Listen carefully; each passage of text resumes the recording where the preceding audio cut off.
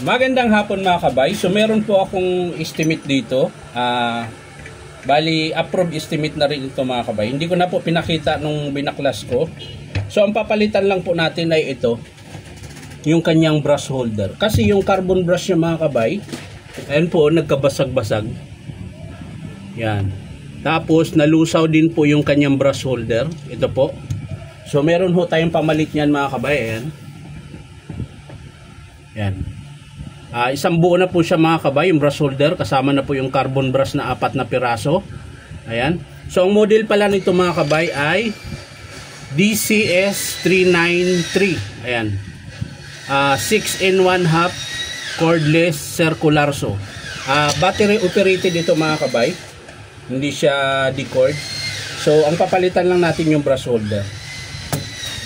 So ayan mga kabay, kakalasin ko na yung kanyang brush holder para ipalit natin yung bago.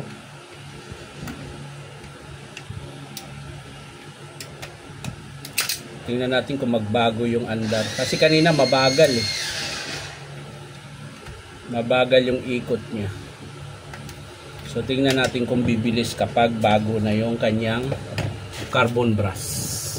So sa pagkalas ng brush holder mga kabay, ayan, nakikita nyo yung dalawang screw. Yan lang po yung luluwagan nyo. Ayan, naluwagan ko na yan siya. So pwede nyo na iangat tong brush holder. Ayan. So ito yung luma mga kabay, yun yung mga basag-basag yung carbon. So ito na po yung bago. Ayan. So ikakabit natin mga kabay. Ayan, titingnan natin kung uubra ito. Sana parehas sila. Yun, pasok. Excuse me po. Tapos higpitan po natin yung kanyang screw. Ayan. Yung screw kanina na ating tinanggal ay kailangan nating higpitan. Ayan. So higpitan po natin yung screw na dalawa. So ayan mga kabay, nahigpitan ko na. Ayan. So ito na po yung bagong brush holder niya. Ito yung luma mga kabay. Ayan. So kakabit na po natin ito mga kabay. Ayan. Yan, para kitang kita. Syempre ito muna. Yung kinalas natin kanina, babalik lang natin mga kabay. So dito po yung nakakabit mga kabay. Ayan. Yan, dito po yan. So yung pula dito. Ayan.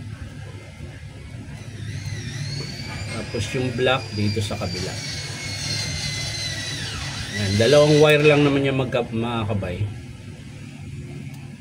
Tatandaan nyo lang mga kabay, kung halimbawang dyan nyo tinanggal yung pula tsaka yung itim, kailangan balik mo siya sa dating pwesto. Ayan. Lalong lalo na doon sa hindi nila alam kung paano. Doon sa mga nakakaalam, okay na yun mga kabay, dahil alam naman nila kung saan nakapwesto yan. Ayan. Para lang ito sa hindi pa nila alam. Ayan. So naikabit na natin. So pwede na natin yang ilagay dito sa kanyang armature. Ayan.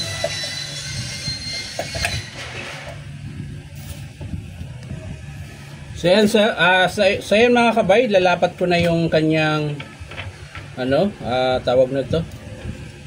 I-screw muna pala natin. Ayan.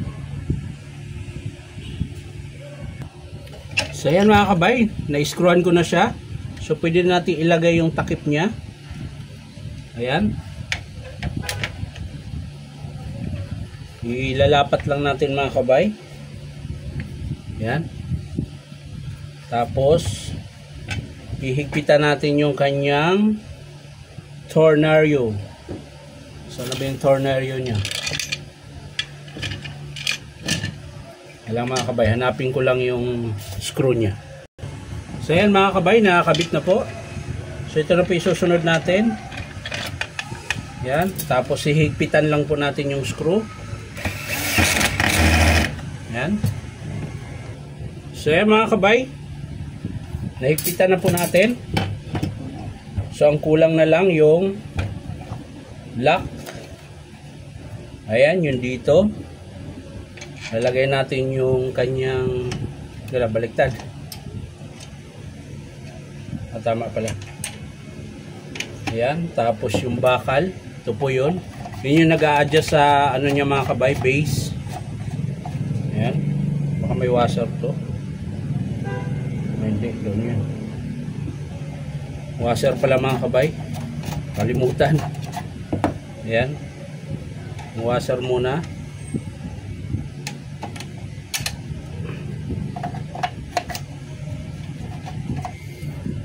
So ayan mga kabay, nakabit po natin yung kanyang lock sa base. Ayan. Tapos ito. Tingnan natin kung pantay. Pantay. Ayan. Saka natin ilagay yung kanyang lock.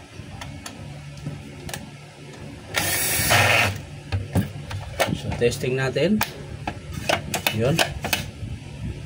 So okay na tayo dyan mga kabay. Dito tayo sa kanyang dito yung stopper niya mga kabay. Kinalas ko kasi yan kanina eh. Balik lang natin. Ayan. Tapos yung flange, balik natin kung saan siya nakakabit. At syempre yung kanyang blade. Ayan. Para matesting natin mga kabay kung nagbago yung andar. So yung blade pala niya mga kabay, saktong sakto lang. So hindi na kailangan ng siya ng washer. Ayan. So yung higpit nito mga kabay, pag ganyan. Ayan.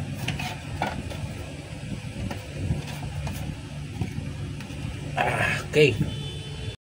So ayan mga kabay, naghahanap ako ng lock dito.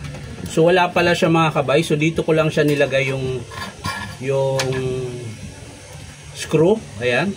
Tapos yun na po yung pinaka lock niya pag naghigpit. Ayan. Huwag nyo lang ipatama sa carbide mga kabay, baka mabasag yung carbide. So yan mga kabay, mahigpit na yan. So mangyayari niyan, tetesting natin bago natin isara. Hindi muna natin isara ito. Titestingin lang muna natin.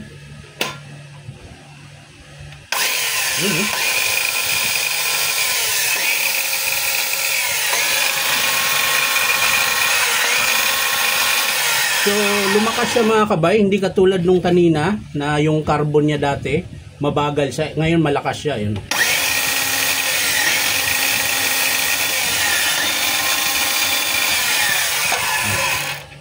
So dito naman sa kanyang armature mga kabay, ayan. Normal lang naman po yung tiklab niya, ayan.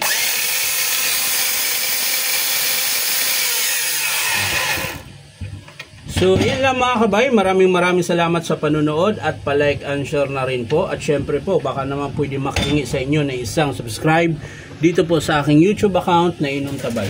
So maraming salamat mga kabay. Ulitin ko lang, ito lang po yung pinalitan natin, yung brush holder seat. Kasama na po yung carbon. Ang problema sa carbon mga kabay, yun nga yung nababasag, ayan.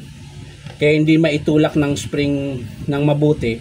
Kaya po, mabagal yung ikot, ayan. At pangalawa, yung kanyang brush holder, ito po, yung holder na to, yung apat, lusaw po. Kaya ko po siya pinalitan. So yan lang mga kabay, maraming salamat. Bye-bye.